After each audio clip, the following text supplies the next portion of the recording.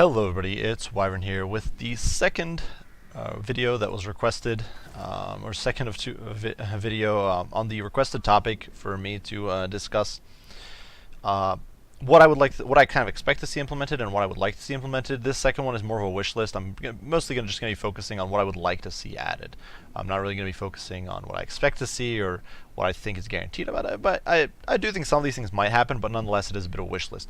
Originally, I was thinking about doing something along the lines of a top 5 or top 10. But then I realized it's a bit of a mishmash.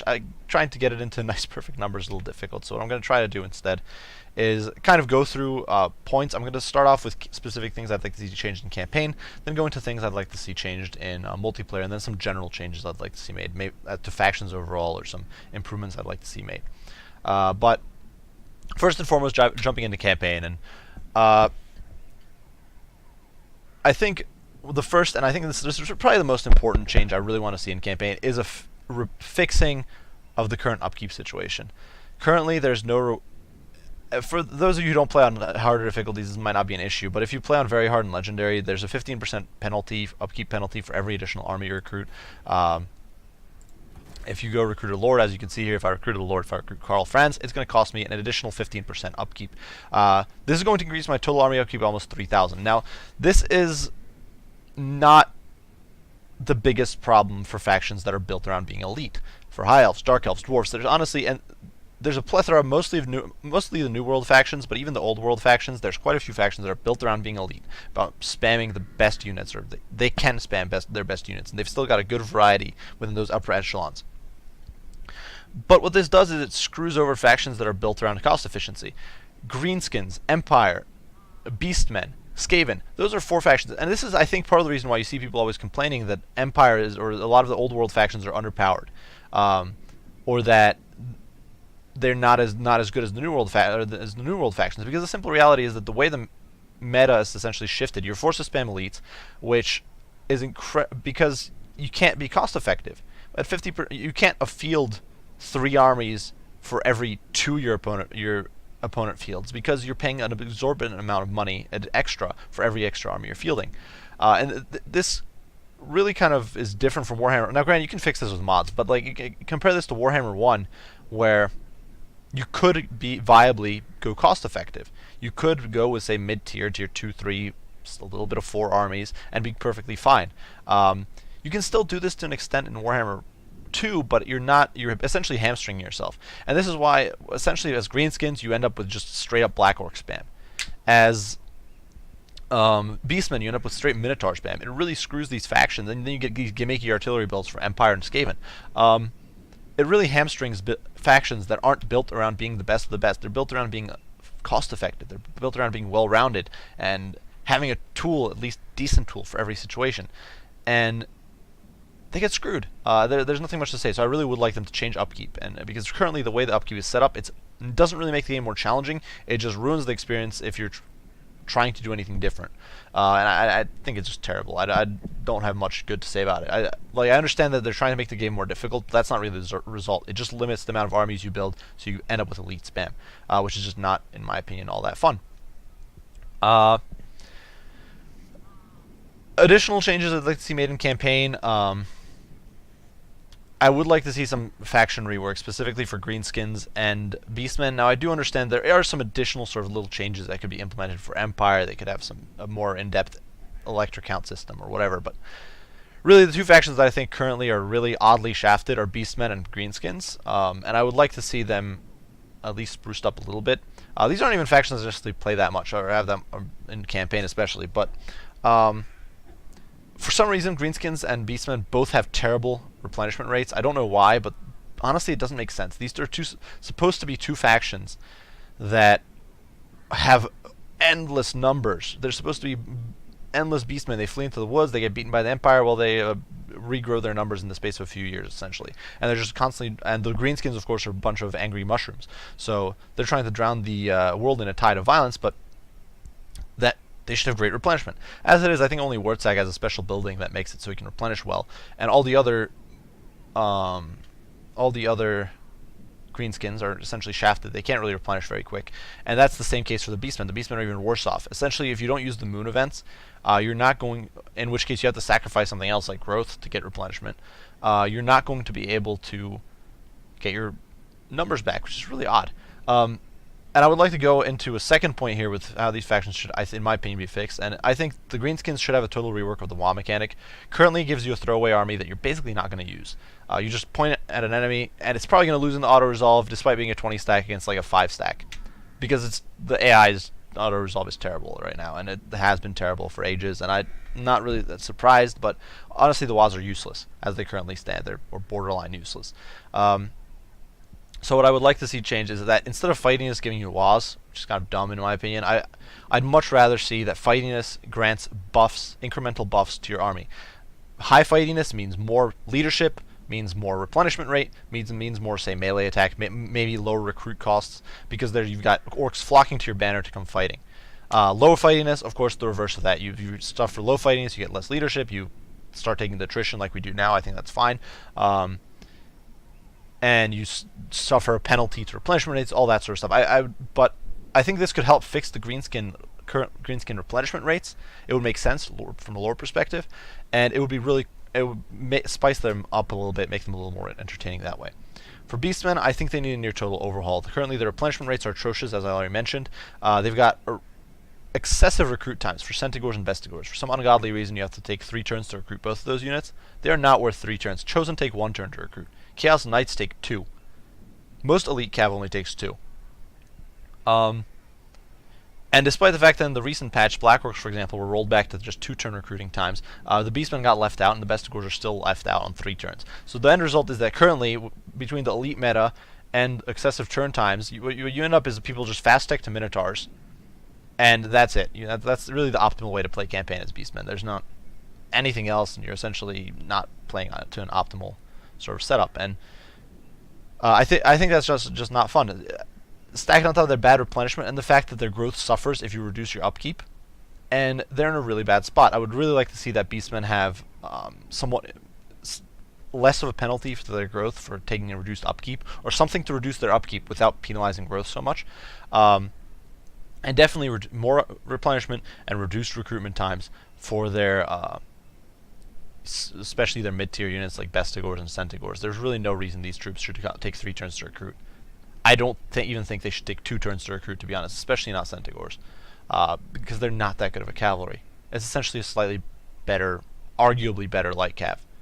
That's it. It shouldn't cost that much. I don't know why it does, and I don't know who at CA thought it was a good idea.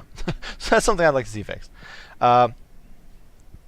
I would like to see some lord positions change. This was something that was asked if I'd like to see new lords, or as far as new lords go, there isn't too much I can think of. Now, granted, you could have some electric counts for Empire, or there could be I would like a new legendary lord for Wood Elves, though to be honest, the start location would be almost the same. But I would like to see an extra legendary lord in there. Ariel would be a nice one.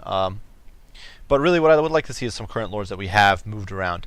Well, first and foremost, I'd like to see the Red Duke and Boris implemented. They already have unique items and abilities. They've already got unique start spots. They've even got unique buildings in their start spots. In Middenheim, Boris, I do believe, has the Temple of Ulrich. In the Fortress of Merivek, I do believe it is the unique building in Mosion. So, plus, these would be unique spawns for their factions. These guys are starting in a different spot, especially in the case of the Vampire counts. The Red Duke starting all the way in Bretonia is a huge shift. And it could be a really fun plan. And there's bare minimum of work that would need to go into this. Spruce up what units they can run, spruce up the mounts a little bit, give them some really cheap, crappy quest chain to get their items. It doesn't have to be a great quest chain. I'd just like to see some quest chain to get their items. And boom, give the Red Duke an item, because I don't think he has an item right now. He's just got an ability. Give him like 1 item. And boom, you've got a new start. You've got a fun new option to play these factions. And you're set. I really don't understand why this hasn't been implemented yet. I don't think this would be that much of an effort from CA. I think it should be fairly simple, honestly, and I don't understand why this hasn't been done. I would also like to see some existing lords moved around. Not too many, because at this point, most of the lords do have unique spawns. The only exceptions at this point, really, you do have I don't necessarily mind the doubled up lord spawns where you can pick 2 at a place, but right now Empire has 3 in one spot, same with Vampire counts. So what I would like to see is that at least perhaps both Volkmar and Balthazar, if not at least one of them, gets moved. You might say, well, they belong in Waldorf. Makes sense. Well, it could also make sense to say Volkmar is off crusading in the north. Currently, Skarsnik is in Carrick 8 Peaks and is justified by some, oh, he's off hunting squigs or something. That's why he starts in the Grey Mountains. So it would make some sense for, say, Volkmar to be off crusading in the north against the Norskins. He could be in Nordland or something. Balthazar Gelt could be fixing the Auric Bastion in the east. He could start in Sturland. He could start in Ostland. And it would make sense, some sense lore-wise, and it would give you a unique start spot that we currently don't have as Empire. And I think that would be cool.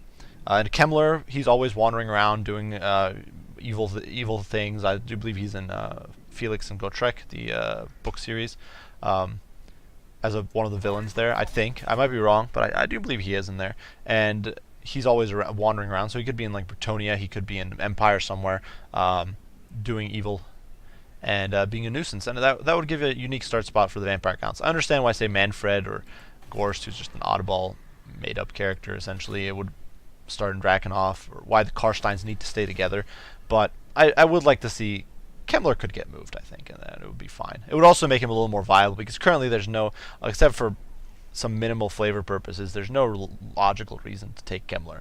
Gorst is probably the best choice in campaign. Manfred is the initial, arguably easier choice, but either way, it's kind of Kemmler is what Volkmar is to the Empire, essentially useless as far as being picked as your starting lord. So that's really it for campaign. Those are I guess one more thing I would like to see in campaign is changes to hero skills. Currently, if we look at some of our heroes, if I can find a hero here, let's say Empire Captain. The Empire Captain is essentially just a combat hero, and it's kind of meh.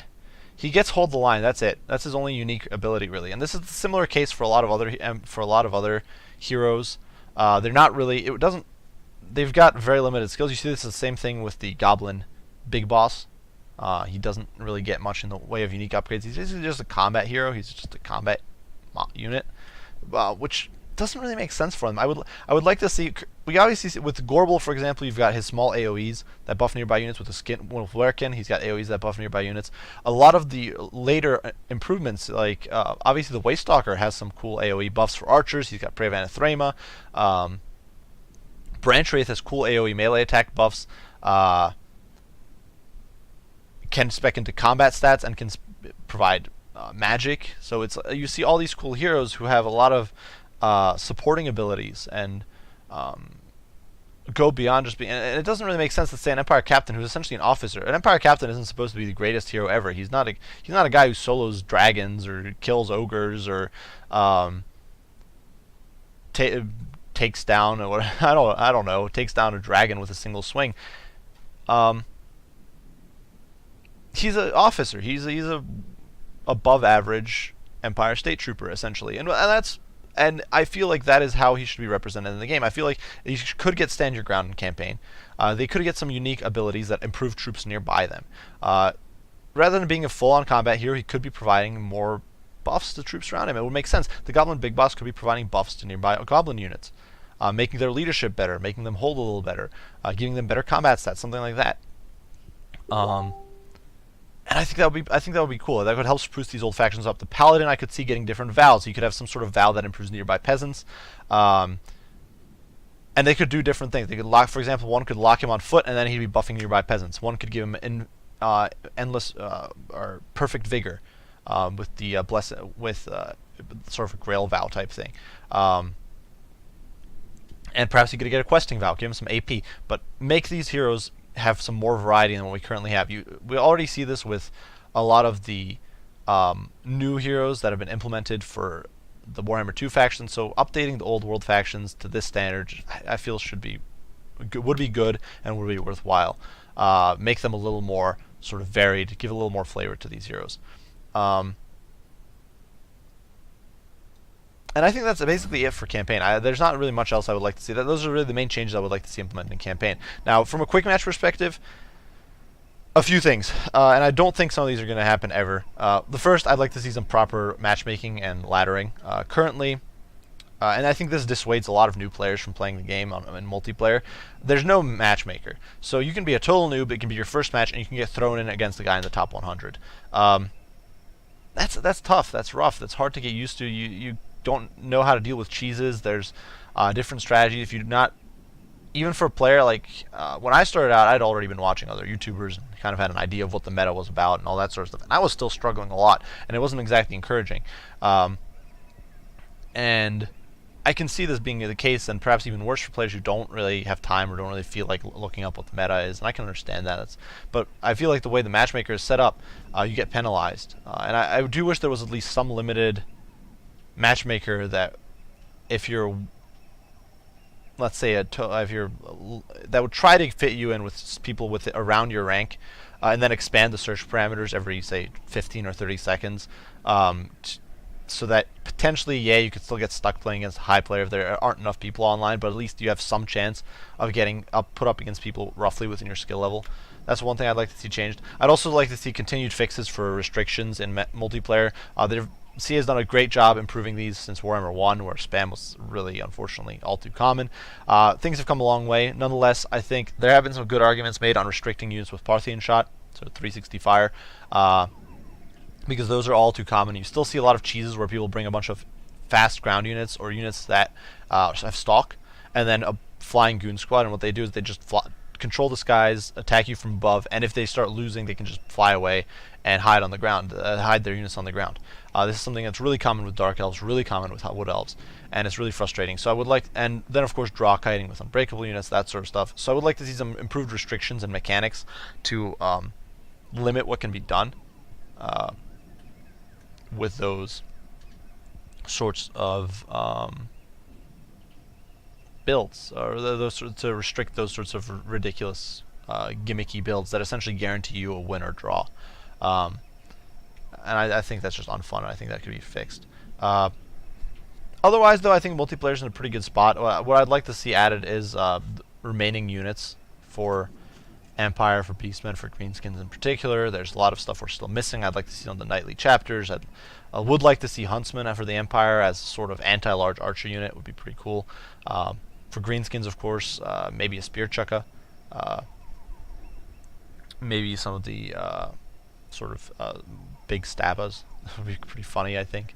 Beastmen, of course, are missing the Gorgon and Jabberslythe, and I don't necessarily think these factions need them from a balance perspective, but obviously CA has been doing a much better job fully fleshing out the new factions than they have with the old world ones, so I would like to see that a little bit of love given to the old world factions to get them a little bit up to snuff. The Celestial Hurricanum for the Empire would be lots of fun, providing a buff to nearby troops and casting spells. So I think that would be fun. I think it would be cool. And it would be nice to see, just to see rosters fully fleshed out. There's not much else to say there. It's just something I would like to see done. I don't really have any balanced arguments for it. I think all the factions that would be getting new units are in an okay spot already. It wouldn't change them. I know people keep saying, "Oh, the Beastmen need the Gorgon and the Jabberslythe." They don't, in my opinion. They don't. It wouldn't change anything as far as they play functionally. It wouldn't. They fill niches that those factions don't necessarily need filled, but it would be nice from a completion perspective. One final thing is that I would like to see legendary heroes added, and there's a lot of characters in the lore who don't really make for great commanders or legendary lords or units like that, but they're cool characters, and a lot of people like them, and they had models and rules on the tabletop, and they could bring unique things to the table, and they could be a lot of fun. Currently, we've only got 2 legendary heroes: the Green Knight and Krell, who's a summon. But I do think that, for example, someone like Hellborg, who's a really cool character in the lore, in my opinion, he'd essentially be redundant with Karl Franz if you made him as his own unique lord. He wouldn't make much sense. He's basically a guy. He's the commander of the Reichsguard. It's already what Karl essentially does. He buffs Reichsguard. So what would Hellborg do? But Hellborg could function as a legendary hero, and I think that would be cool. We could see people like Marcus Wolfhart. We could see people like Schwarzhelm.